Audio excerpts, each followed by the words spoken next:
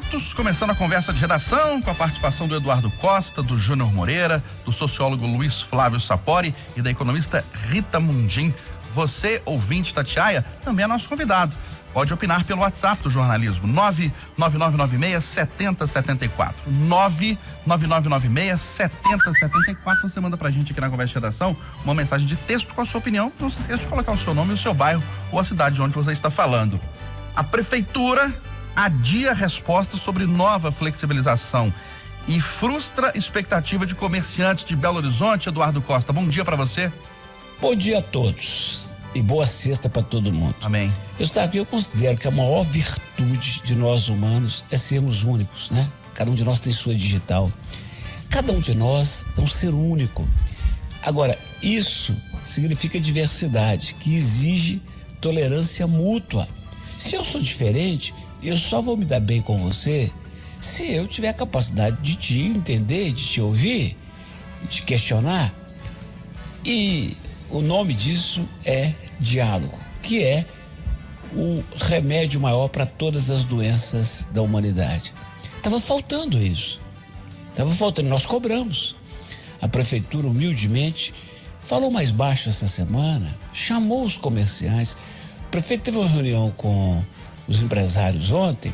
Eu não estava lá, mas quando acabou a reunião, que eu ouvi os depoimentos com o Loli, até quem teve a sua expectativa frustrada, caso, por exemplo, do síndico da Galeria Ouvidor, ele estava triste, mas ele não estava indignado.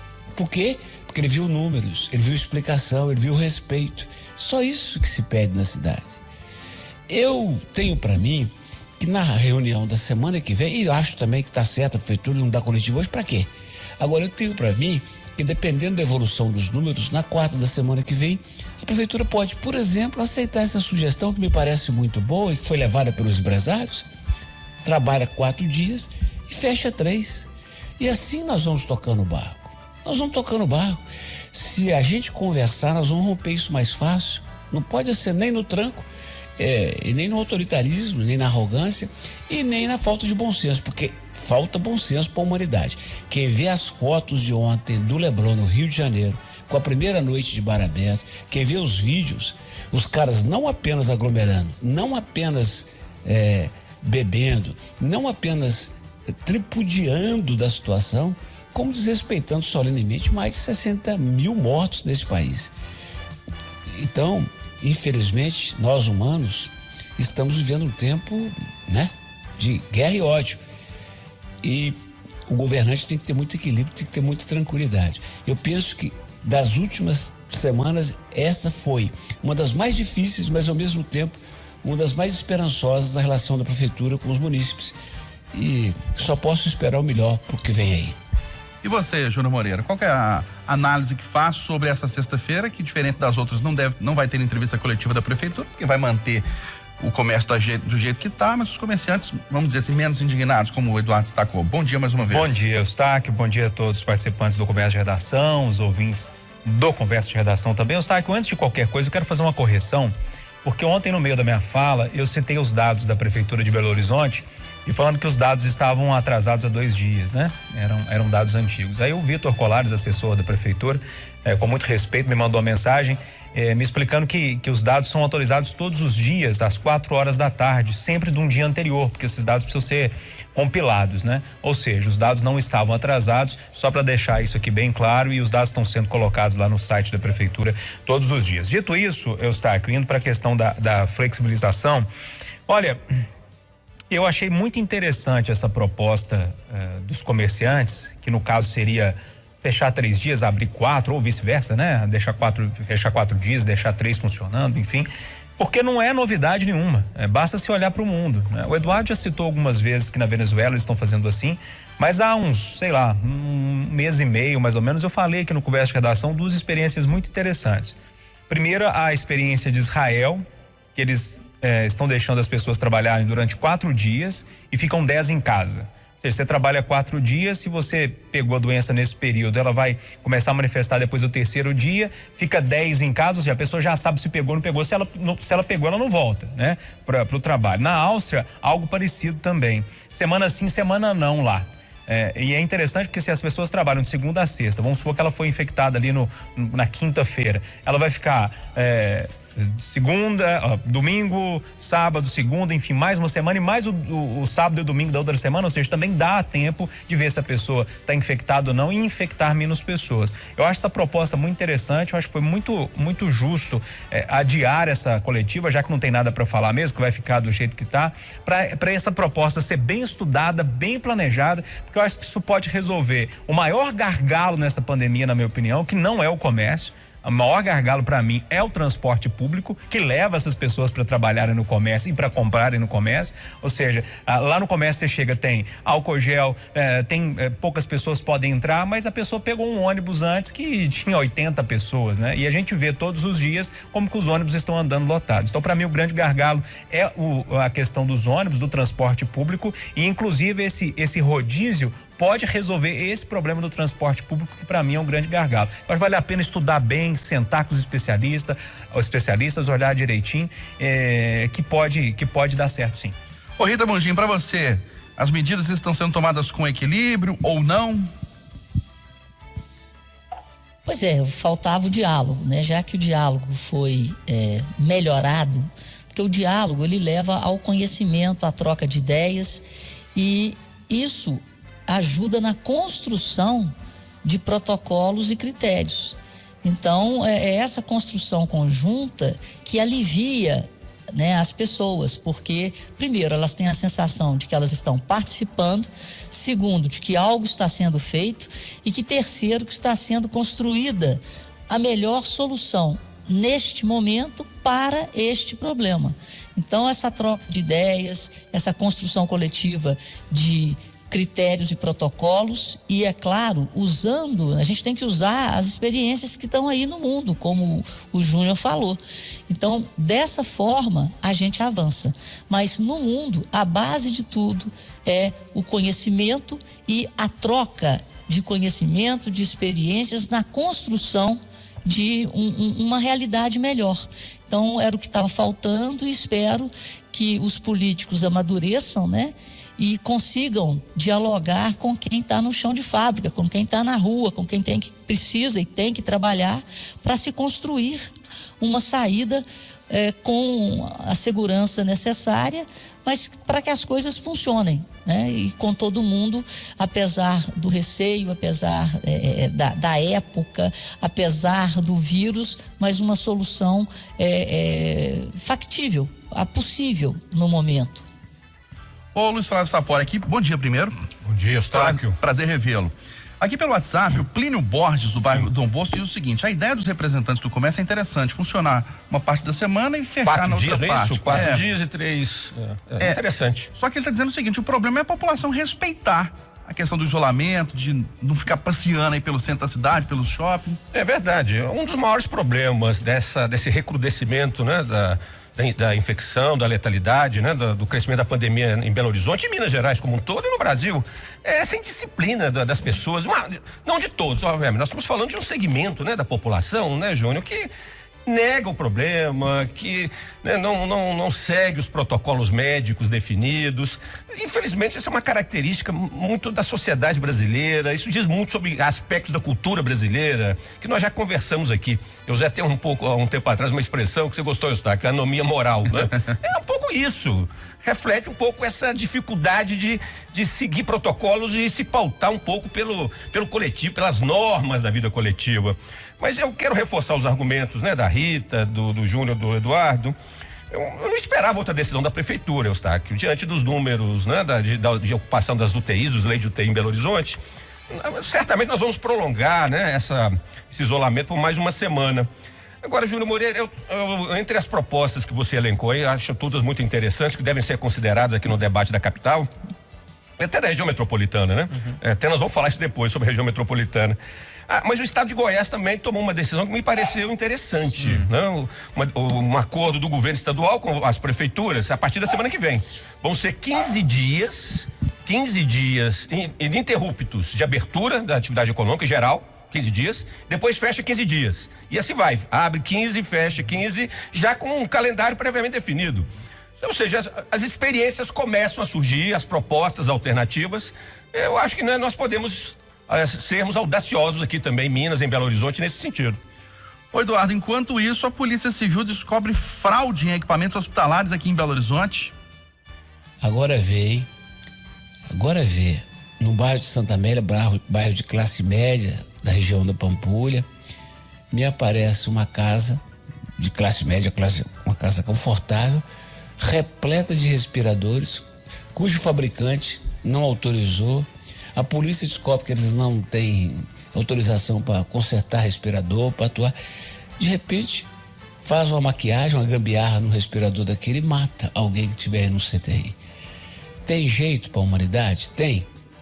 Eu vou perguntar de novo para o sociólogo Luiz Fala Sapori, o que leva, Sapori, uma pessoa num momento desse, com milhares, milhões de casos de mortes, famílias enlutadas nesse momento de pandemia, a fraudar manutenção de equipamento hospitalar, políticos aí sendo acusados de desviar dinheiro na compra de respiradores, de construção de hospital de campanha.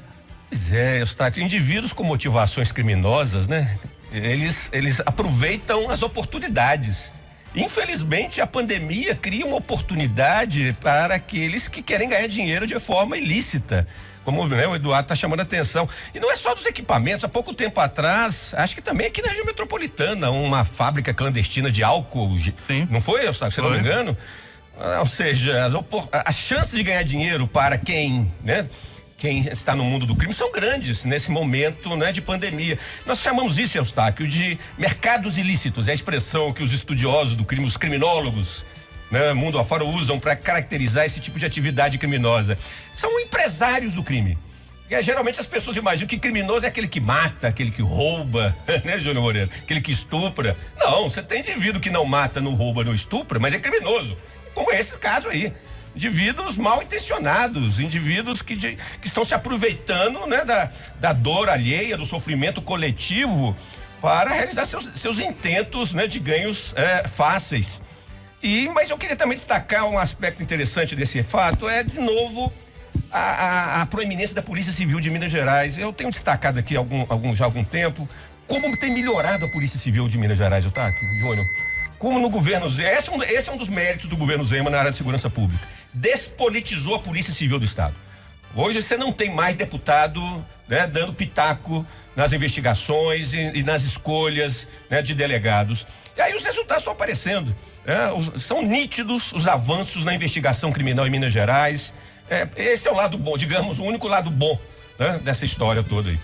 E para você, Rita Mangini, que leva uma pessoa a fraudar manutenção, fabricação de equipamentos hospitalares num momento grave como esse, ou em qualquer momento da vida, né, da sociedade?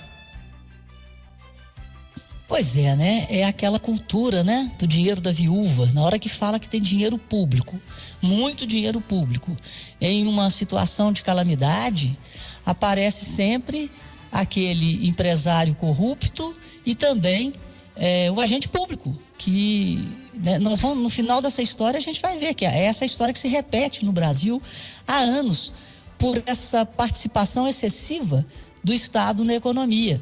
Então, essa rede, essas quadrilhas que foram se formando ao longo dos anos, elas têm a participação direta dos políticos, dos partidos, né, que sempre permitiram e participaram desse tipo de negócios.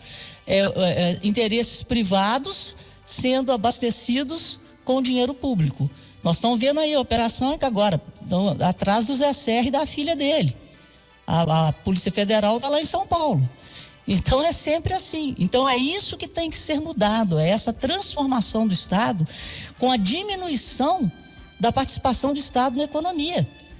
E deixar o Estado fazer aquilo que ele tem que fazer: segurança, educação e saúde de qualidade para a população.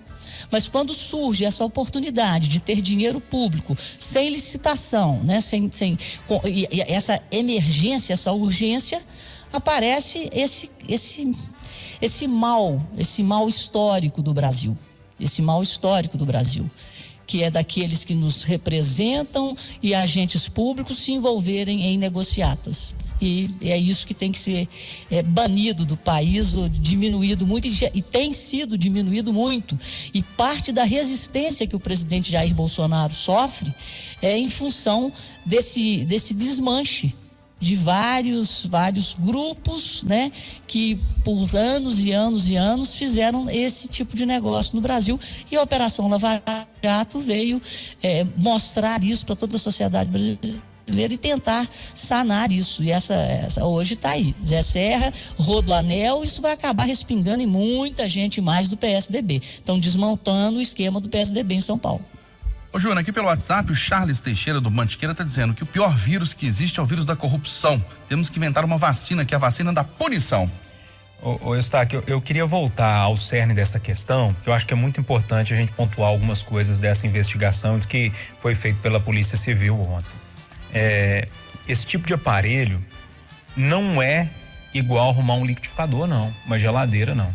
Esse negócio tem que ser muito, assim, é muito equilibrado, tem que ser muito, o processo tem que ser muito certinho, a Anvisa tem que estar por dentro, tem que ser feitos os testes, tem todo um parâmetro para ser seguido.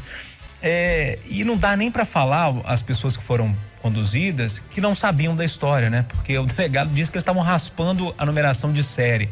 Quando se raspa alguma coisa, a numeração de série, coisa boa não é, né? É o segundo ponto dessa história toda. E por fim, eu queria alertar que eu acho que a gente tem que ficar de olho nessa história, nós da imprensa, porque essa investigação precisa ir fundo, porque esses aparelhos, segundo a Polícia Civil, foram vendidos pelos hospitais. Quais hospitais? Esses aparelhos mataram alguém?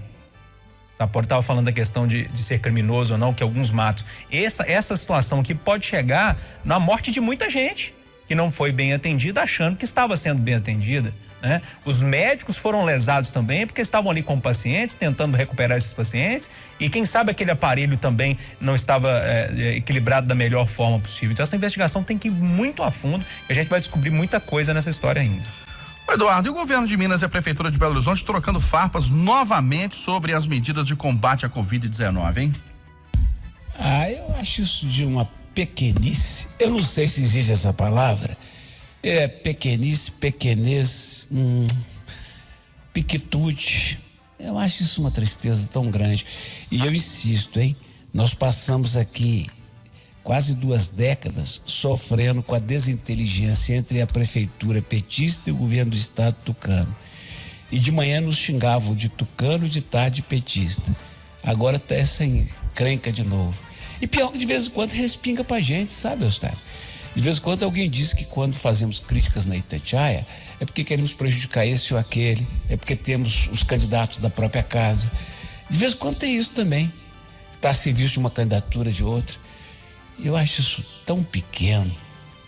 É por essas e outras, Eustáquio, que o Serra, o arrogante, está sendo alvo dessa operação.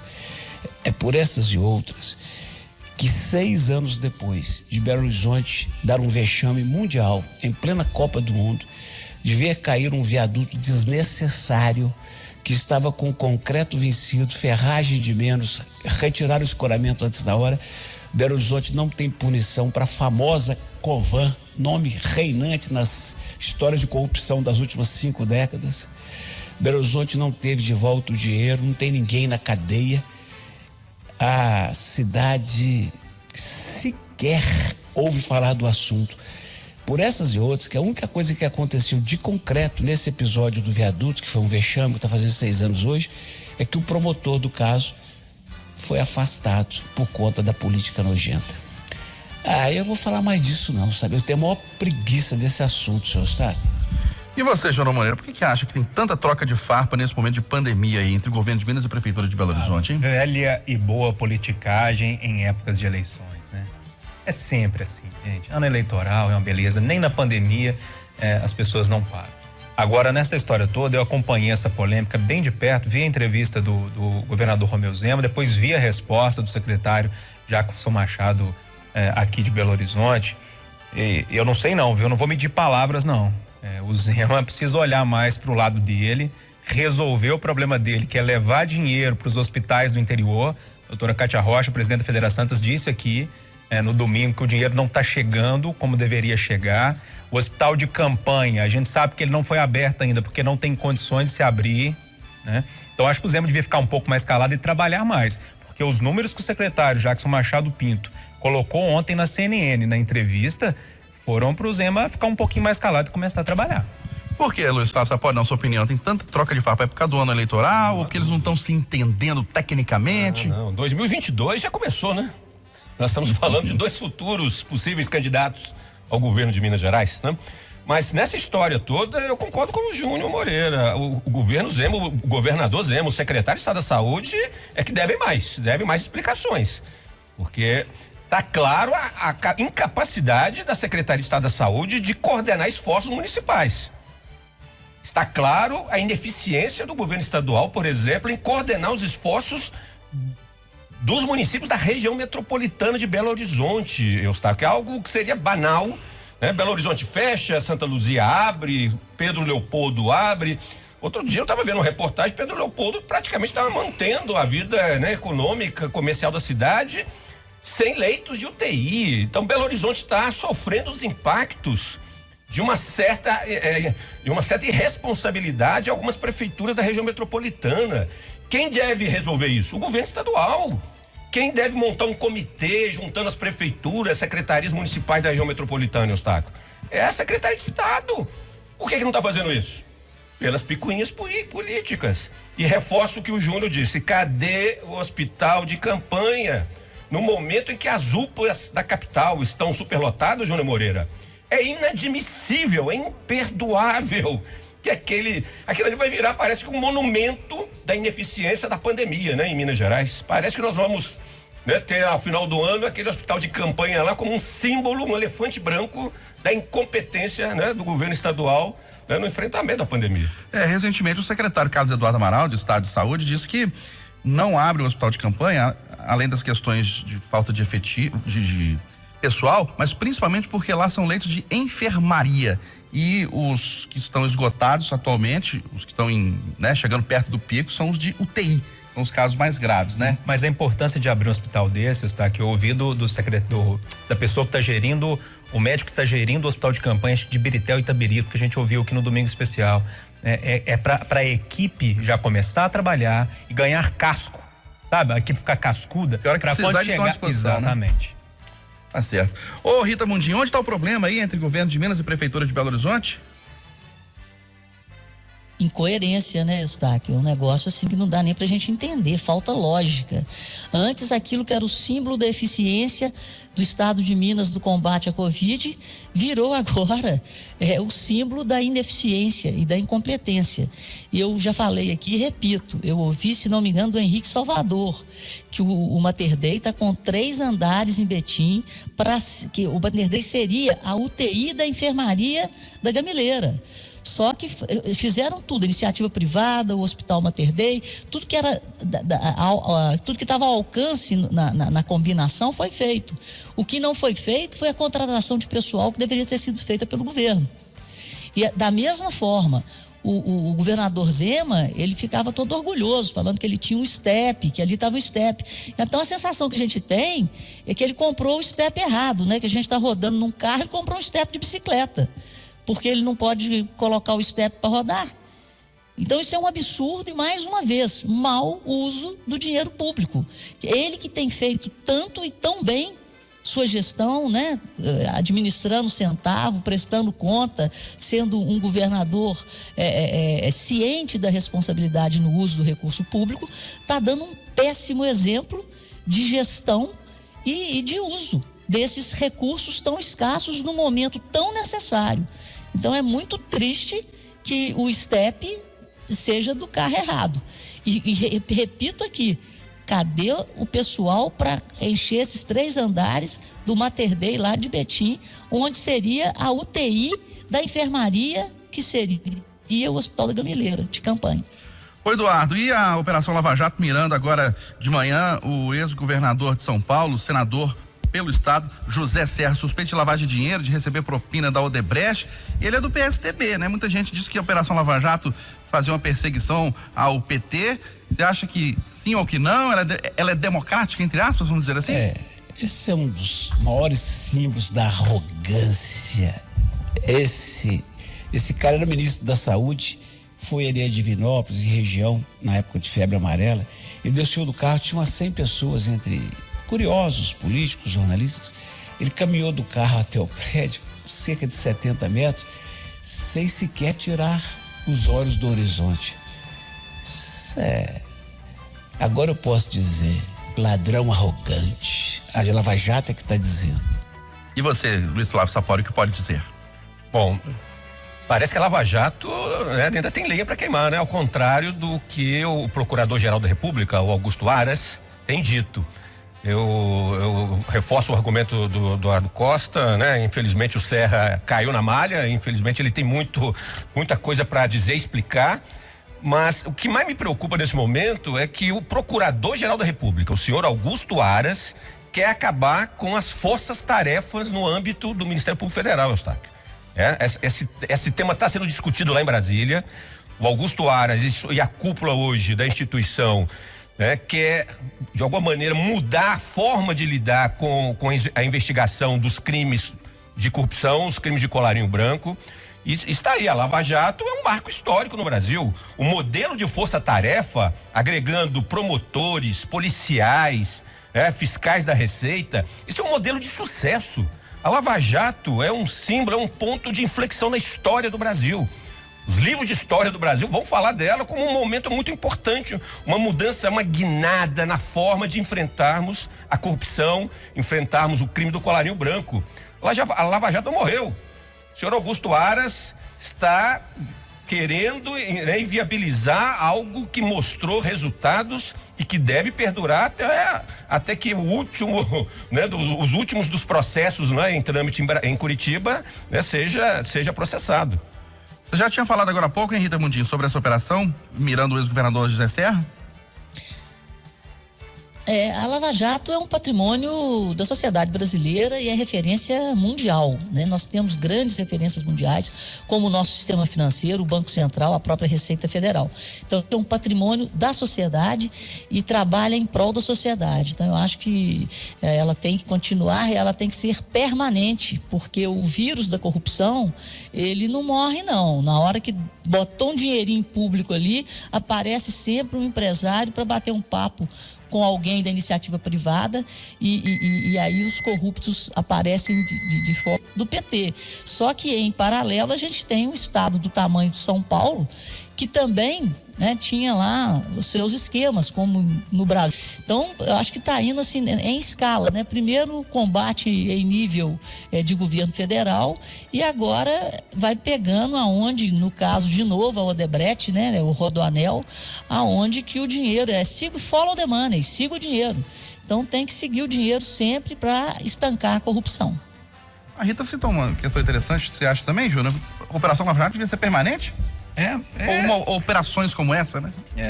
Eu gosto muito dessas operações, dessas forças-tarefas, sabe? Acho que o que um procurador só não dá conta de fazer, quando você junta vários, né? Isso muda muito a situação. Agora, Eustáquio, é interessante porque sempre quando o político é pego pela polícia, seja pela Polícia Federal, pelo Ministério, enfim, qualquer um. Foi assim na época do PT, nós estamos sendo perseguidos. Quando começou a pegar outros partidos, nós estamos sendo perseguidos. Agora que tem essas investigações com os filhos do presidente Jair Bolsonaro, olha, nós somos os perseguidos, né? É impressionante como os políticos têm o mesmo modus operandi em tudo. Agora, basta saber nessa história toda quem que será o próximo. Eustáquio? Sim. Vamos pro fim de semana seguindo o mantra de Rita Mundinho, vamos? Falling the money. O problema é que não tá tendo esse dinheiro pra gente procurar, né? Ô, Sapori, tô dentro. Esse eu não quero não, Eduardo. Nós vamos seguir o dinheiro do Eduardo, né? O Follow the Money, então vamos seguir o Eduardo Costa. 9 horas, só se for o seu, mas o da corrupção deixa ele. 9 horas, 2 minutos, final da conversa de redação, final do Jornal da Itatiaia, primeira edição desta sexta-feira. Apresentação, Aline Neves e Eustáquio Ramos. Vem aí, Vacirantão. Ótimo dia a todos.